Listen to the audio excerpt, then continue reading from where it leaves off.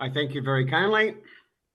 Good morning, ladies and gentlemen. I'd like to call this meeting to order and acknowledge that we're in Treaty 1 territory and the home and the traditional lands of the Ojibwe, the Cree, Dakota people, and then the national homeland of the River Métis.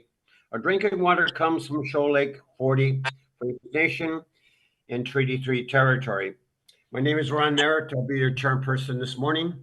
Introducing the panel members who are on Zoom is Miss Michelle Duncan, and joining her also via Zoom is Carrie Linkletter, and our secretary, recording secretary is Nicole Carnegie, and representing the city of Winnipeg from the assessment department is Arif Das Mohammed.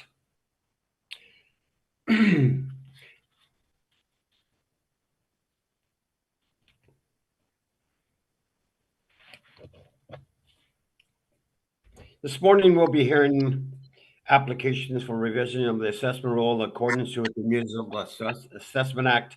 The matters for which revision is requested have been described in each application, and we'll limit discussions to those matters. Pardon me.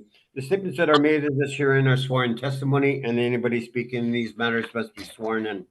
Please be advised that comparisons of assessments of properties are not considered evidence of market value by the Board of Revision. The board is appointed annually by City Council and is independent of it, along with the city administration.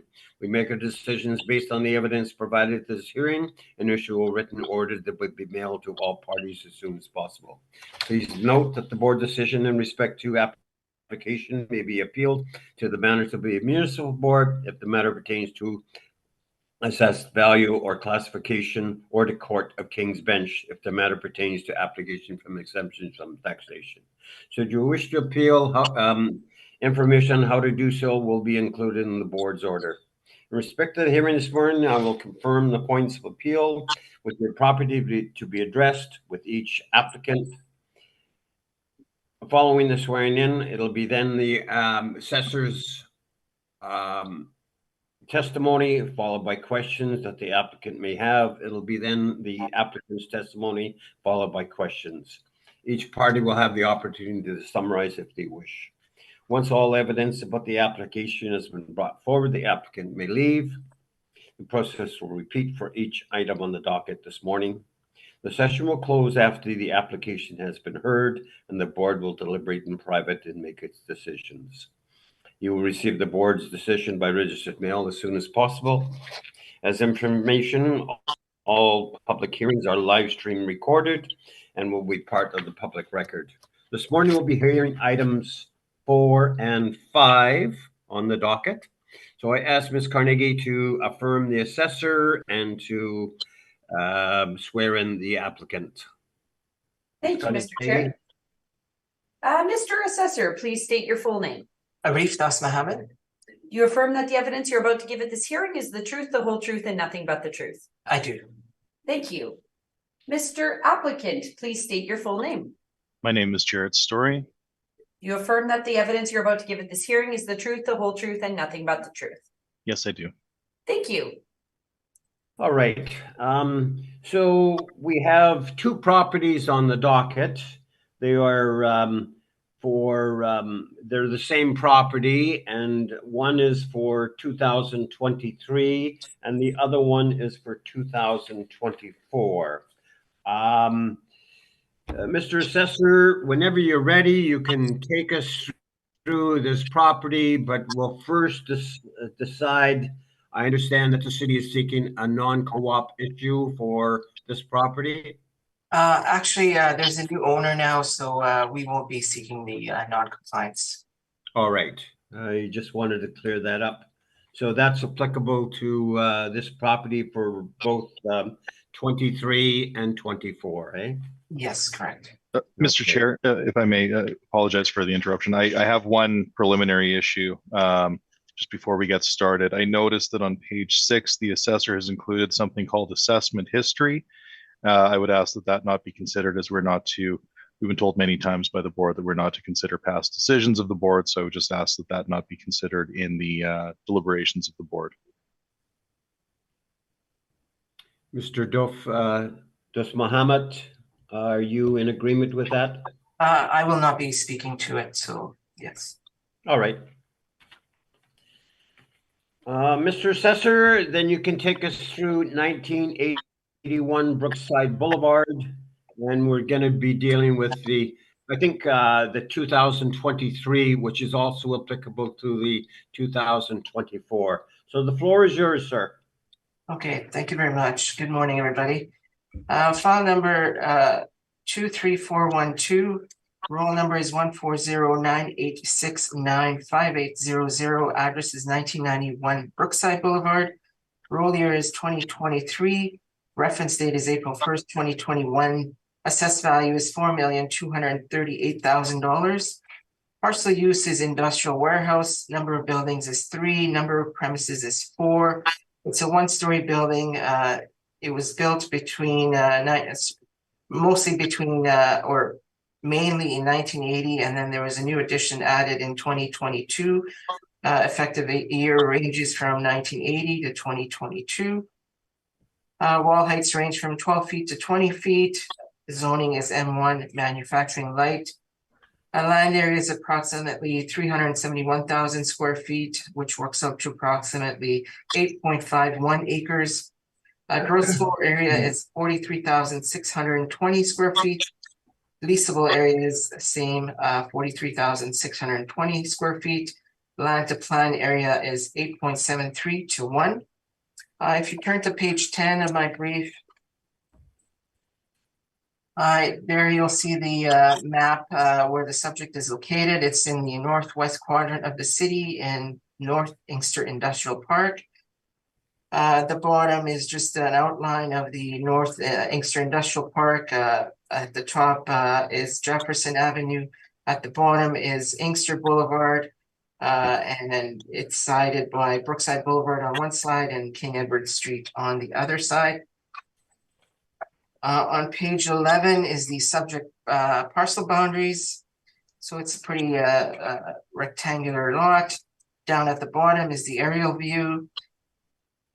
You'll see that there's 2 aerial views, one from May 2022, and the bottom is from May 2023.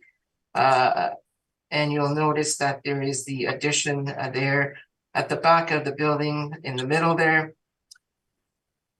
This addition was an addition with 14 loading docks. So altogether, the building now has, I believe, 32 loading docks. Sorry, 46 loading docks, 16 on each side in the middle there, and then the new building has 14 loading docks. If you turn the page, again, there's some close-up views of the premise buildings there. The top building is built in 1980. It has a wall height of 20 feet, and then the other section there has a wall height of 20 feet. So that's the top building. So 12 feet and 20 feet. And then the bottom building is 20 feet. That's the new construction on this right side, the left side, and the original building on the right side. On the next page are just some subject street view pictures. On page 14 is the site plan at the top there, and then at the bottom is just some building section. So again, there's the building section. So in 1980, we had 3,600 square feet at 12 feet. 2 other buildings they're also built in 1980, one with the main area of 12,240 square feet, the other with 14,340 square feet, with wall heights of both 20 feet. The new building is 12,320 square feet with a wall height of 19 square feet. And that has the 14 new docks, loading docks there. Again, on page 15 is just an overhead view of the permit plan. On page 16 is the new addition. Again, there's the 14 new loading docks. Page 17, just some more permit photos. On page 18 is the income and expense mailer that was submitted. It was submitted incomplete by the previous owner. So you could see there was some rental income and it was partly owner occupied also. Okay, so turning to page 2 of my brief.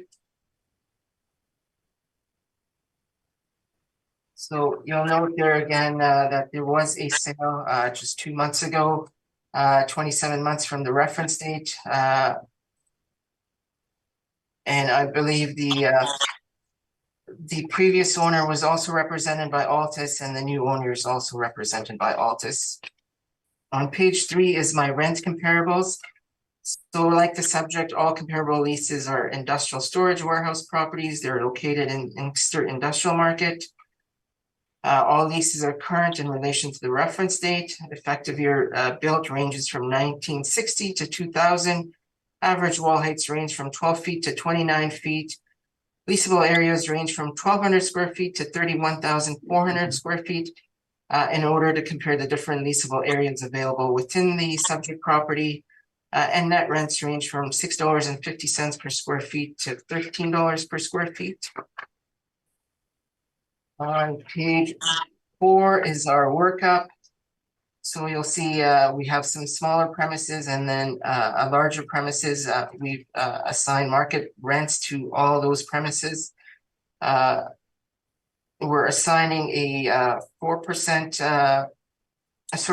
We're utilizing an overall net rental rate of $6.98 per square feet, a 4% market vacancy rate, a 3% non-recoverables expense rate. We're utilizing $3.85 for vacancy shortfall. This works out to an NOI of $276,718. We're utilizing a cap rate of 6.55%. That works out to a capitalized value of $4,224,702. There's an additional building value. If you turn to page 5, there's the additional building. It's actually a fuel pump that is used by Husky, and we're just using a cost approach on there, less depreciation. So replacement less depreciation works out to about $13,000. So if you add the capitalized value and the additional building value, we get a assessed value of $4,238,000. We believe that this assessed value is fair and equitable, actually very fair and equitable, and I respectfully ask that the board confirm this assessed value. And I am open to questions. Thank you. Thank you, sir. Mr. Story, questions of the assessor? I have a few, Mr. Chair. Thank you. So, Mr. Das Mohammed, have you visited this property? No, I haven't. I've driven by it many times, but I haven't inspected it. Okay, so at the time, or I guess leading up to the issuance of the supplementary, has anyone from the city inspected this property? I believe one of our FAs was either there or they've talked to somebody there. Okay. I noticed there's no interior photos. So just to be fair, is it fair to say you can't speak to the quality of this asset firsthand? Not firsthand. Okay. And Mr. Chair, I'm just going to linger on page 1 for a moment here. The actual years built are between 1980 and 2022, and just to get a sense of that, that's just a touch under 72% of this asset was built in 1980, and just a touch over 28% is modern. Is that your understanding, Mr. Das Mohammed? I believe it was an increase of 39% in gross leasable area. Okay, well, if you take the gross leasable area from the record, well, you can do the math and you can see that we can agree that it's predominantly from 1980. Is that a fair comment? More than half, I would say, yes. Yeah, it's 72%. So, okay, and can we agree that this type of industrial use, as a general comment, would endure more wear and tear than a typical industrial building? No, I'm not sure what you mean. Okay, well, I've heard you mentioned a couple times here, and I see it on your workup, that this property is indeed misclassified as a storage warehouse. It's not a storage warehouse, excuse me, it's a cross-docking facility, correct, for distribution. So there are trucks going in and out, and it's not a storage warehouse. In fact, product is moved very quickly from larger trucks onto smaller trucks for last mile delivery and vice versa. Is that your understanding of? Well, that's how we classify storage also. Distribution would be in there. We don't have a distribution classification. Okay, so back to my question then. Now that you're aware that it is indeed a cross-docking facility, would you agree with me that those facilities tend to take on a higher degree of wear and No, tear? I don't agree with No? that. Okay. We'll speak to that in my photos and based on our inspection. Now, in terms of the premises that you've included here, and I'm now on page 4, everyone. When I look at these 4 premises, can we agree that this has been and likely always will be a used by, say, 1 or maybe 2 users, but it's certainly not leasable to 4 different to the tune of 4 different lease rates. Would you agree with me on that? No, actually, there is rental income. So it's part owner occupied and part rented out. And, right. So it's and fully owner occupied. There's 3 renters at the time of the when the income and expense mailer was submitted. Well, prior to that, also there was 3 renters. Well, when you say 3, one of them is the gas pump. So that's not really doesn't have anything to do with the actual space. They are getting rental income from it. Right, but they are not contributing to this leasable area, correct? The old Husky gas pump is not taking up 1,000, 4,000, or 9,000 or 28,000 square feet of leasable. I'm not sure. I haven't, like I said, I haven't visited, so I don't know what they're leasing there. That's fine, but okay. So even if they might be leasing some area. I'm not sure. Besides gas pumps. Okay. Like the information provided on the income and expense mailer is incomplete. Okay, but are you aware then, in your review, I appreciate that you haven't visited, but are you aware that, as I mentioned, this is a cross dock, and the ancillary building is used to wash, clean, and repair the trucks. That's what it's. So it's all effectively one large operation. Are you aware of that? What I'm aware of is it's the owner, I believe the previous owner was running a distribution operation, and he had renters in there renting space. A single person. Okay, so that's fine. Now, I guess what I'm getting at here is, and I should ask you just to back up a second. All of these rental rates, these would be model derived. Is that correct? Well, yeah, it's market driven.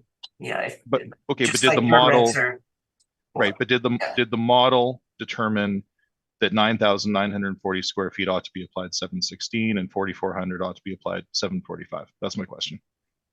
Yes, and the model applied it by looking at the comparable rental rates for that type of size. Okay, so then my next question is, the model, I guess, by what you've presented here, is indeed supporting that economies of scale exist in this corner of the market, let's say. So as the leasable area goes up, typically the unit price, the rent per square foot, goes down, correct? Correct.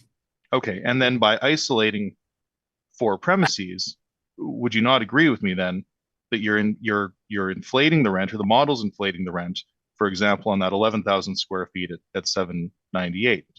The premises are broken up because there's renters in there. If there was no renters, then it would be one premise for the owner.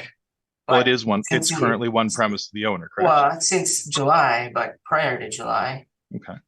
Okay, and we can agree that July 2023, I'll say, so post reference.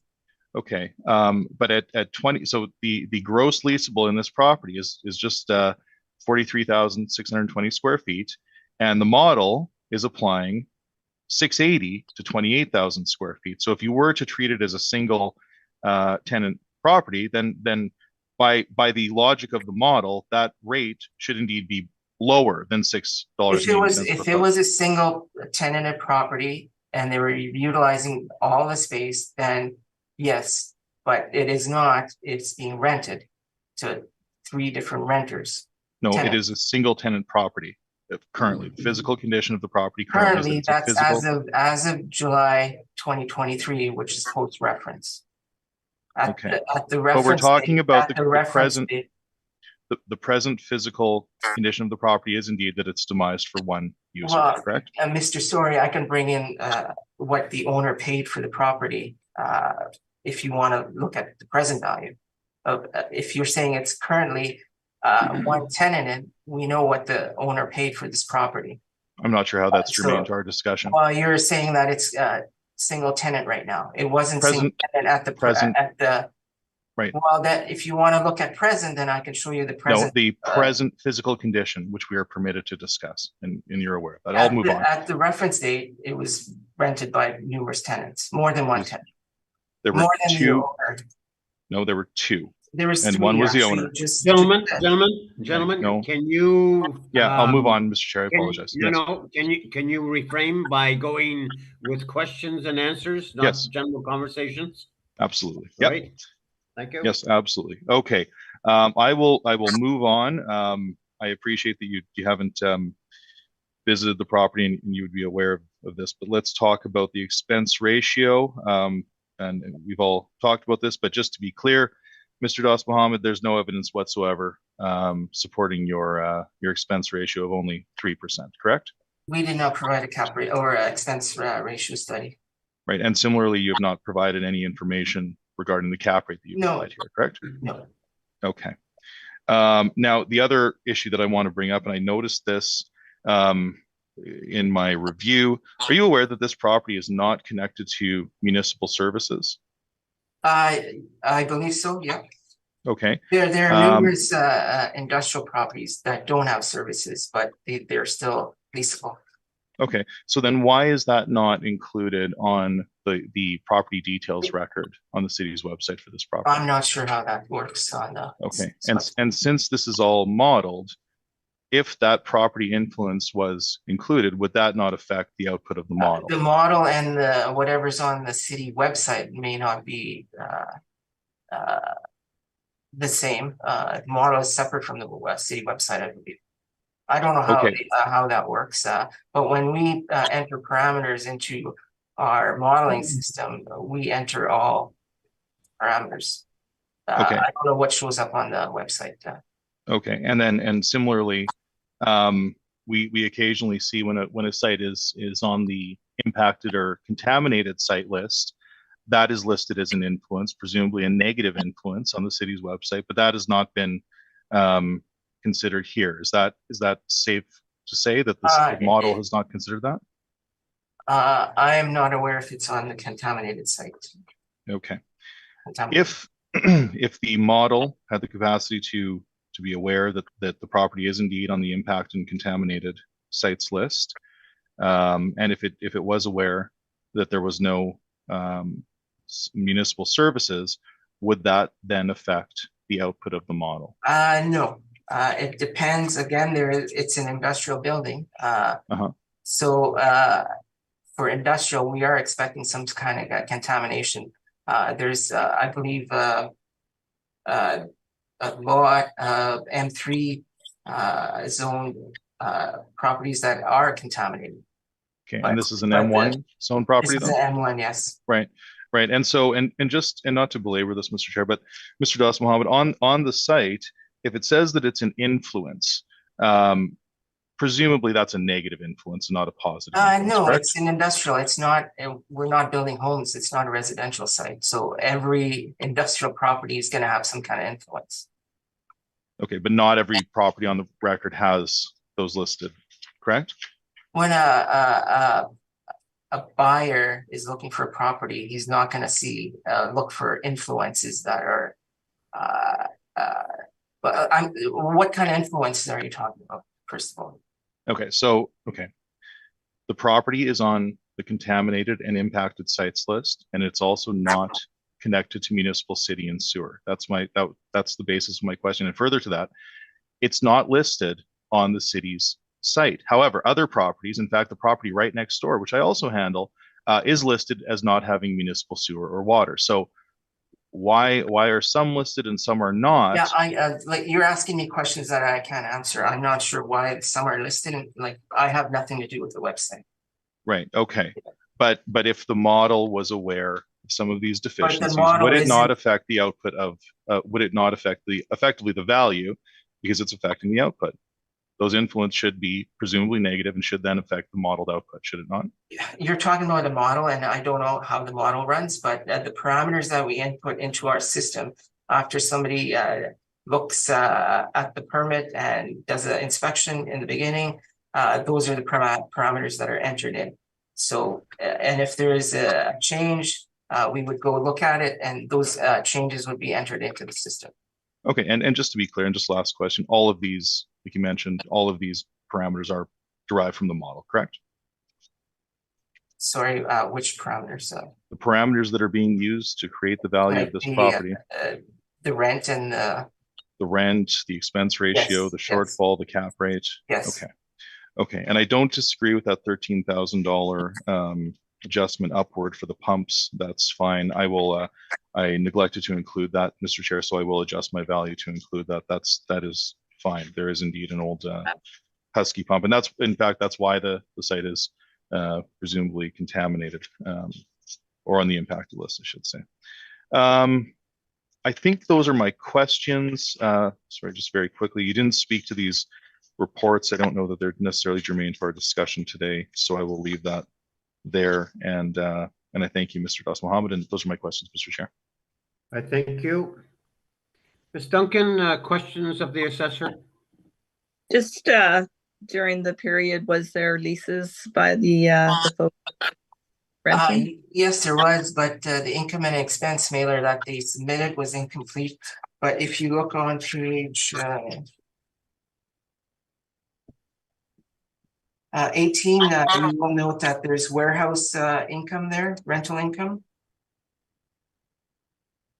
On page 19, they have not included the leased area. They have not included the monthly rent either. Okay, thank you. No other questions. I thank you. Ms. Linkletter? Yes, just a couple of questions. Good morning, Mr. Das Mohammed. Good morning. So just for clarification, your brief is model driven, correct? Yes. Okay. And I'm sorry, I think Mr. Story may have asked this question, and I understand you did not inspect this property, but do you know when it was last inspected? I do not know. Sorry, actually, it would have been when the new building came on board, but I don't know if somebody inspected it due to COVID or not. But it would have been usually when a new building comes on board, we go look at it. Okay, but you don't have any notes on that No, I don't. inspection? No. Okay, thank you. In regards to page 3 on your brief, with your rent comparables, Yes. would you agree that items 1 through 5 are not really good comparables in terms of size? This is 43,000 square feet. No, actually, because the rental area was smaller than the 43, the rental, I looked from the previous income and expense mailer, there were sizes that were that, and that's how the premises are divided. So that's why I put those. I see. And then I also put at the bottom, I also put if it was rented out as a total. All right. Or sorry, not for the larger premise there. Okay. So if you've selected those based on the rentals, then I guess you can't really say then which would be your best comparable. No, they're not all, isolated. Yeah. All right. I thank you. That's all my questions, Mr. Chair. I thank you. Mr. Das Mohammed, the permits that were taken out for the property, did you look at those at all? Yes, I did. Okay. And what was the total offhand? They didn't put a total on there. I would have put the total, yeah, they didn't give us a total for you were speaking to the new building with 14 docks on it. Yes. Yeah, no, they didn't give us a total on it. You had mentioned that I think the addition added like 12,325 square feet, correct? Yeah, Yeah. And when you were talking to Mr. Story or going back and forth, I guess the mathematics, I think you're saying that it's 39% increase, like the addition? yes, Yeah. And Mr. Story was talking about, you know, the majority of it being built in 1980. So how does that translate? I'm sorry, I don't. Okay. Okay. No. So for effective age, is that what you mean, or? Yes. Yes. Yes. Yeah, so what we would have done for effective age is we would have taken the total square foot that was built in 1980 and then the total in 2022, and we would have come up with the effective age based on the square footage. Okay. Okay. So everything is model driven here, and the cap rate was model driven at 6.55%.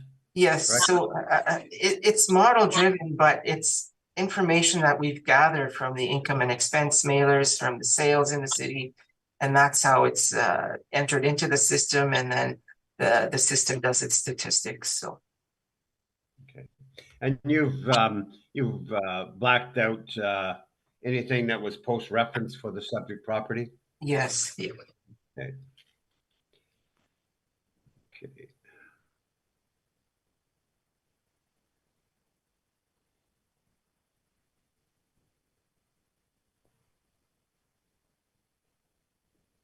All right. I thank you, sir. Mr. Story, we're ready for your presentation. Thank you very much, sir. Okay, and just a point of clarification very quickly, just so the board is aware. Mr. Das Mohammed has mentioned multiple times that there were many renters in this property. I'm just going back. The only hold on, Mr. Das Mohammed, let me please finish. I didn't say that.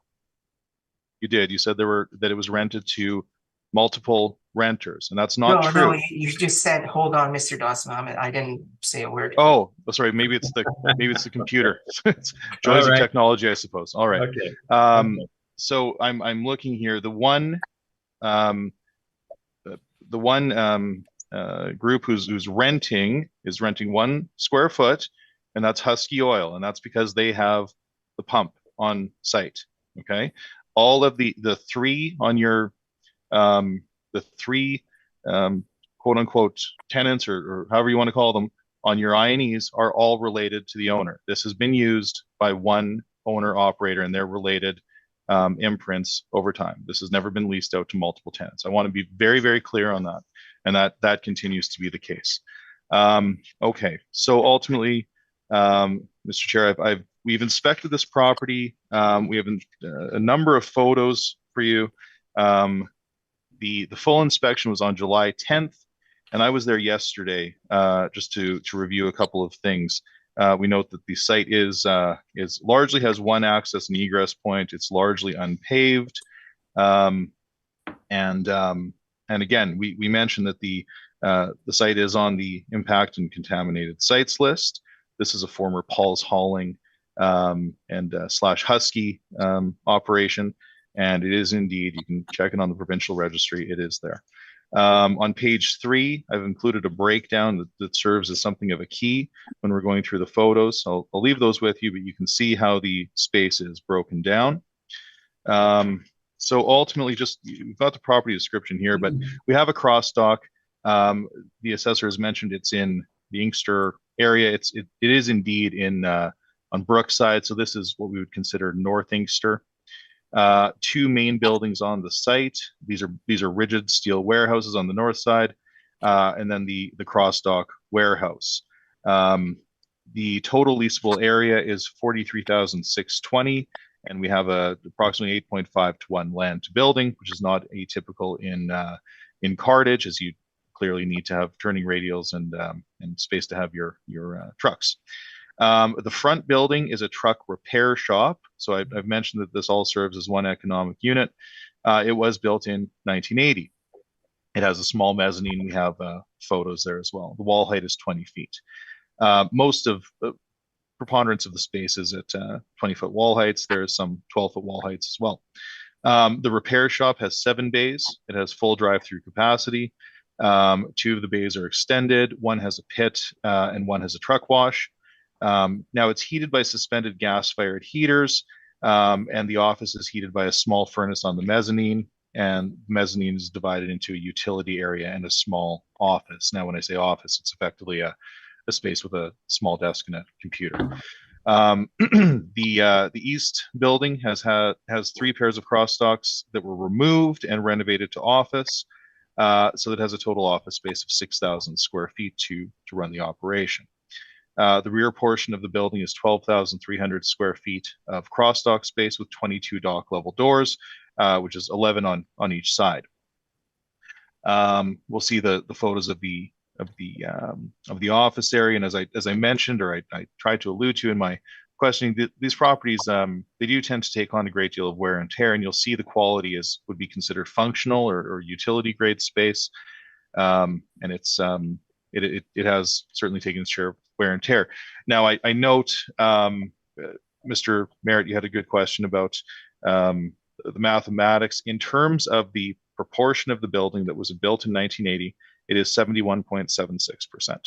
The proportion of the building that was built in 2022 is 28.24%. I believe what Mr. Das Mohammed was alluding to was when the addition was built, that constituted an increase of the gross leasable area of approximately 39%, and that is indeed correct. My only point is that a preponderance of this building, it's not half, it's 72%, is built in 1980. It's metal frame, and it's zoned M1. Again, and I can't stress this enough, the property has no city services. So the water supply comes from a well. Sewage is held in septic tanks and then pumped out. Now, I'm not sure if the model has considered this. From our perspective, that would be considered a negative. The city typically will include a property influence chart on the online side, and you will see that indeed contaminated soil and no city services are considered influences. We can only assume that those would be considered negative influences, but for some reason that's not captured here, and we believe that might be leading to a lower than what we would a cap rate that is somewhat lower than what we would expect. And again, the contaminated impacted sites list is not considered. So ultimately, and Ms. Linklater, you mentioned the comps. In our heated discussion, I didn't have a chance to ask Mr. Das Mohammed about some of those rental comps, but I did note that at least one of them is about, well, our subject is 36 times larger. So clearly, those comps, we would not be looking at comps that are 1,200 square feet, for example. It's an immigration office on Fife. So I've provided you with 11 comps. Now, to Mr. Das Mohammed's evidence, my input index number 9, we've both used that same index, and that's at $6.50 per foot. So I think that's a pretty good comp. That's one of my better comps. It's in my opinion, one of his better comps. But I also have comp number 2 on Paramount, and that's also a cross-dock facility. They do order picking, distribution. So that is very comparable in terms of use, as opposed to just looking to larger industrial space in the general area. We're looking to the actual use. And into index number 11 on Fife is indeed a trucking firm. So they're at 538. So my 3 best comps range from 538, 575, and 650. The average of the comps that I've selected here calculates to $596 a foot with a median of $6. Again, I note that based on the fact that we have no water and no sewer, that may affect the rental rate. So we should be cognizant of that. But on balance, I feel very comfortable with the $6 per foot rental rate in this case. Vacancy and collection and shortfall are not in dispute. We've applied the same rate. You're all well aware of our non-recoverable expense argument, and you've been provided with our standalone study. So you're aware of our position on this. And as I mentioned, and as the assessor has confirmed, there's nothing from the city to support their position, but we have indeed provided you with our standalone study. Our capitalization rate has also been provided to you in a separate document. You're all well aware of that as well. It's been summarized for you on page 9. In terms of the stratification of what we would expect, that appears in our evidence on page 10.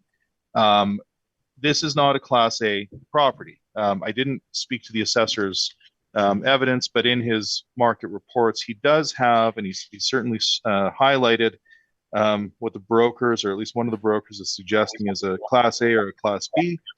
And a Class B, by the assessor's evidence, says that average to good quality industrial building, somewhat dated construction, quality functional space, less extensive features, lower clear heights, fewer shipping doors. So many of those obviously we have a number of shipping doors as a cross dock, but we would certainly not consider this a Class A space. So we have determined from our research that a Class B building typically in our market ought to fall somewhere between 6.5 and 7.5%. We consider that it does have a good land to building that's required for the operation of a cartage firm doing cross docking. But we also recognize that the over 70% of the buildings are sort of in functional shape, let's say. And given the fact that we don't have a paved surface, we have a large gravel area. We have no city services once again, and we are on contaminated or impacted soil. We feel very comfortable falling right in the middle of that Class B range at 7%.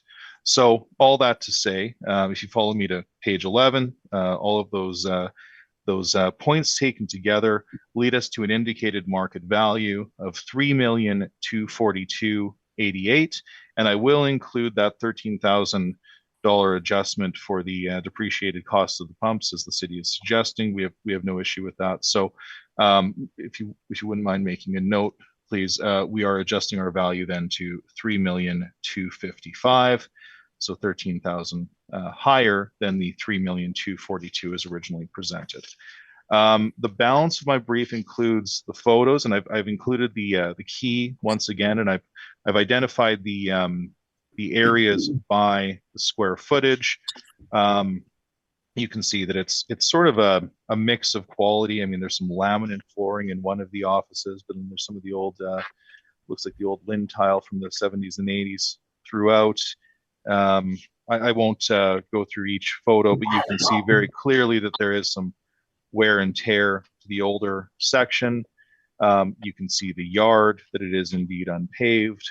Some of the older loading space is functional, and the new space is higher grade. So we have sort of a patchwork of quality of a new addition, but all in all, it's a functional cross-docking facility in North Inkster, and we believe that based on our inspection, based on our review of all the facts on hand, that our value ought to be given weighted consideration. So I do respectfully submit that the value for the supplementary not exceed $3,255,000. And with that, I'm happy to take your questions, and I thank you. Thank you, sir. Mr. Dismahabat, your questions for Mr. Story.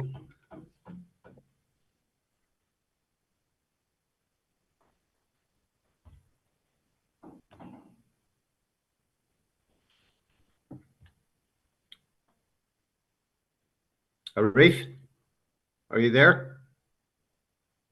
Sorry, I was on mute. Thank you very much.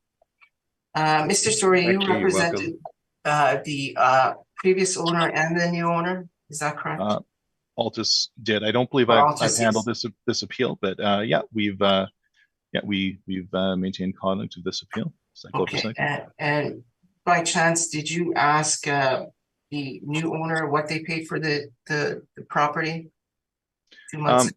Well, I know that you're trying to to talk about the post-reference material. You've included inaccurate post-reference material in your brief.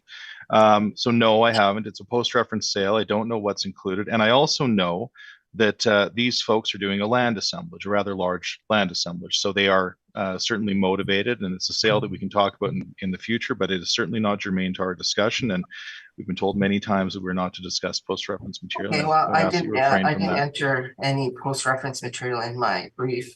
By chance, did you ask him what he thought the new owners thought what the property would have been worth at the reference date? Like they're not the ones who started the appeal, so now they're taking on the appeal. Did you ask him what they feel the property was worth in 2021? I'm not sorry. I'm trying to follow your logic here. You're asking if the I'm owners asking registered appeal. If the new owners, yeah. So the previous owner started the appeal. Is that correct? Okay, that's correct. Yeah, and we transferred, Okay, and so we had So now the new owner is taking on the appeal. Is that correct? That's correct, because they believe let me finish. They believe the supplementary value is too high. Otherwise, they would have said no, do not continue with the appeal. Clearly. So did you ask him what they thought the 2021 value would have been then? No, I didn't ask him what the 2021 value ought to be. I did not ask him that. Okay, and you said the land is contaminated. Do you have evidence in your brief to suggest that it's contaminated? No, you know what? I should have put the printout in. You can certainly Google it. You can see that it's on the provincial registry. And as actually, in the provincial registry is a search now. So if you search it up, it's not on there. It is indeed. I looked it up right before we came in here because I was anticipating that you would ask why it's not in there, and that's simply an oversight on my part. But if you look in the registry and you type in 1991 Brookside, you will see it'll say Husky / former Paul's Holland. And you also mentioned that the companies are related. Did you put any evidence in there showing that they're related? The former companies? Well, it's so the previous owner has indicated to you that it was partially owner occupied. Right. I suppose they could have told you that the only non-related company. So there's Kindersley, there's Tiger Courier, and then there's another one. Those are all related. Those are all part of one imprint. Husky is the gas pump, right? If you look in the income and expense mailer, there's 3 tenants listed there, and they did not put a check beside owner occupied, did they? They put a check behind partially owner occupied, and they're being very honest with you because Husky is operating on the site of your brief. Yes. Okay. Page 19 of your brief. Yes. The tenant roll. Is there any owner occupied there? Kindersley and STG are owner occupied. So why did they not put a check beside owner occupied? They put a check beside partially owner occupied because Husky. Okay, and what I'm asking is on page 19 in the tenant roll where it says there's a checkbox that says owner occupied. Is there a check beside any of those? Oh no, I'm not sure. But on page 18, hold on page 18 where you ask, is it owner occupied? They said yes, partially owner occupied. Yes, but in the tenant roll, they're not showing any owner occupied. Are they? No, I suppose they're not, but you would surely know this after many appeals of this property that those are related parties. A simple question, yes or no? Are they? No, the previous owner did not check that box. Also, you mentioned that Husky is using 1 square foot of leasable area. You are aware that commercial properties are assessed based on the income approach. Are you aware of that? Yeah. So the Husky pump, you've captured that, of course, with the depreciated value of the pump, right? And then so it's not yes. Okay. But it's a diesel pump. If you had visited, you would see that's a diesel pump just for the pump, but whatever income that Husky brings in is built into the assessed value, is it not? Well, you've brought it in with a depreciated cost of $13,000, which we agree with. And now going to your comparables, your comparables are not taking into account any of the tenant leasable areas, are they? I'm sorry, what do you mean by that? You don't have any premises or rental comparables for any of the premises that are tenanted, do you? Any leasable premises that are tenanted? Sorry, any areas, any leasable areas for the tenants, have you taken that into consideration? What they're paying for the size of the space that they're leasing? The rental comparables? Yes. Well, of course we have. You have a whole table of net rents per square foot. In your comparables, are you showing any comparable leases for the tenanted areas? I'm not following what you're saying. We're showing you leasable areas and we're showing you a net rent per square foot. In your tenant roll, or sorry, in your comparables. In your comparables.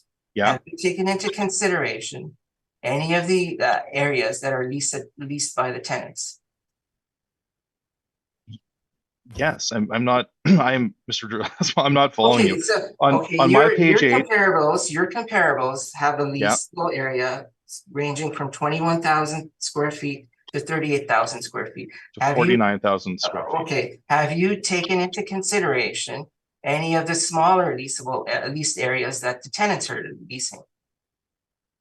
Like where are you showing any comparables for those smaller leases? There are no smaller leases in this property. That's the issue. This is leased as 43,000 square feet. Okay, so what are on page 19? Yeah. Of my brief. Yeah. The tenant roll. What are the areas that they're leasing? Are they leasing between 21,000 square feet and 49,000 square feet? They're all one related company. So you say that, but you haven't included anything in your evidence saying that they are related. I have included it in my evidence. I don't believe they're related because the owner is saying that they're not related. So the owner is not saying they're not related. Okay, the owner is saying that it's partially owner occupied. Those are all the questions I have, Mr. Mayor. I thank you. Ms. Duncan? So did the owner get rents from other sources or not? No, the answer is no. These are all related parties, save for Husky. And Husky operates a gas pump on the site, and it's for the trucks. It's not open to the public. It's for the pumps. There's for the trucks that come in. It's a diesel pump. It's been there for many years since it was Paul's Hauling. Husky has a pump, and that's been captured by the depreciation. It's not an office. It's not a warehouse. It's a gas pump. And I think the assessor is confused, possibly because I don't know that anyone's visited this property and seen this. There's a gas pump on site. So the only non-related person using this space is Husky Oil with a gas pump. Kindersley, STG, and Tiger are all related to the former owner. The new owner intends to use it for their specific purpose. And it's a good question, Ms. Duncan, because the assessor is suggesting that there are a number of smaller leasable premises in this building, and they're not. It operates as a single tenant 43,000 square foot cross-docking facility, and therefore the rents ought to consider the size based on economies of scale. But no, the previous owner had 3 owner-operated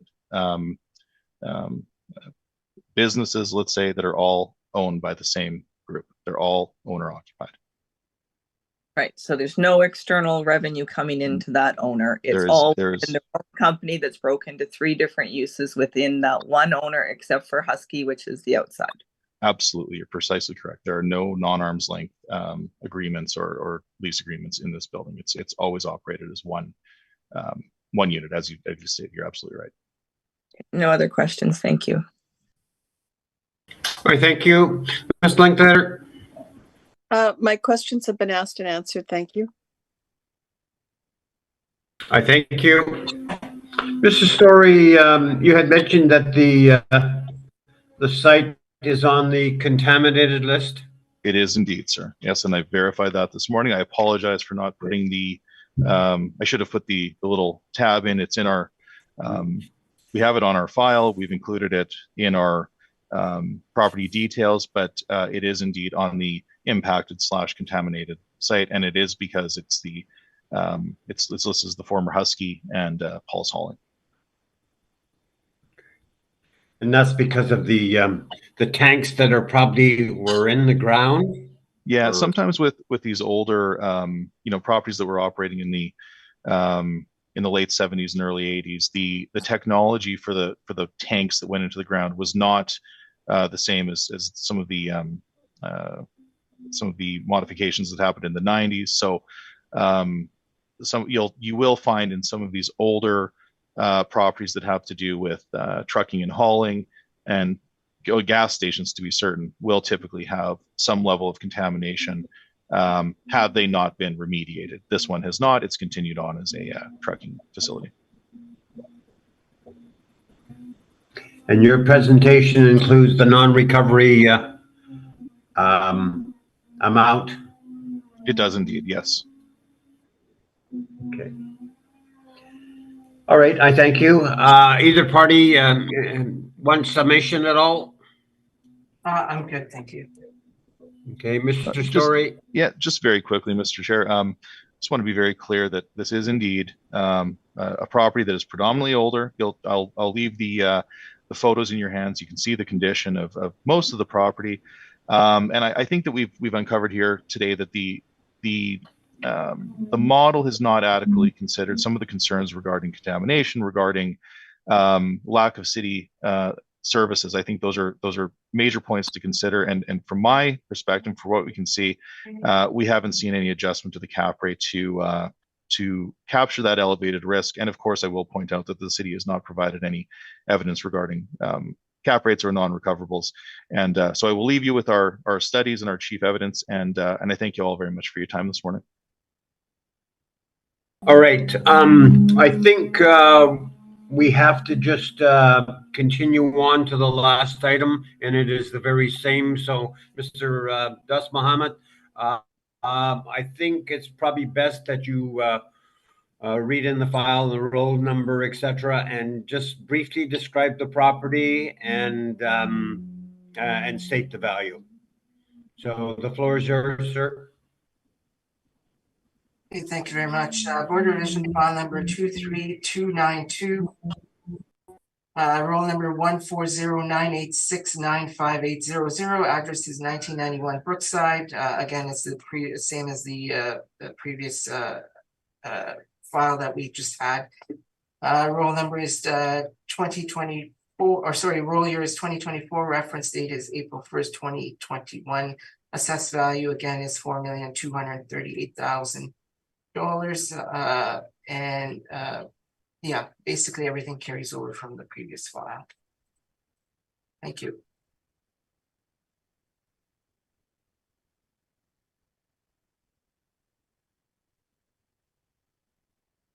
Sorry, I think you're on mute, Mr. Chairman.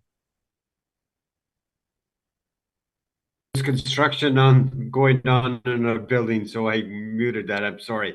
Mr. Story, any questions? No, sir. We just asked that everything carry forward from the previous, and okay. And, I thank you. Panel members, any questions?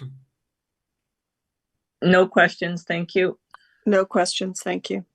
Okay. So, Mr. Story, you can briefly just do state the value of what you're after for this property, just for the record. Yes, sir. Thank you. Exactly the same as the previous. All arguments and evidence should carry forward, and we are suggesting a value of $3,255,000 based on our submission.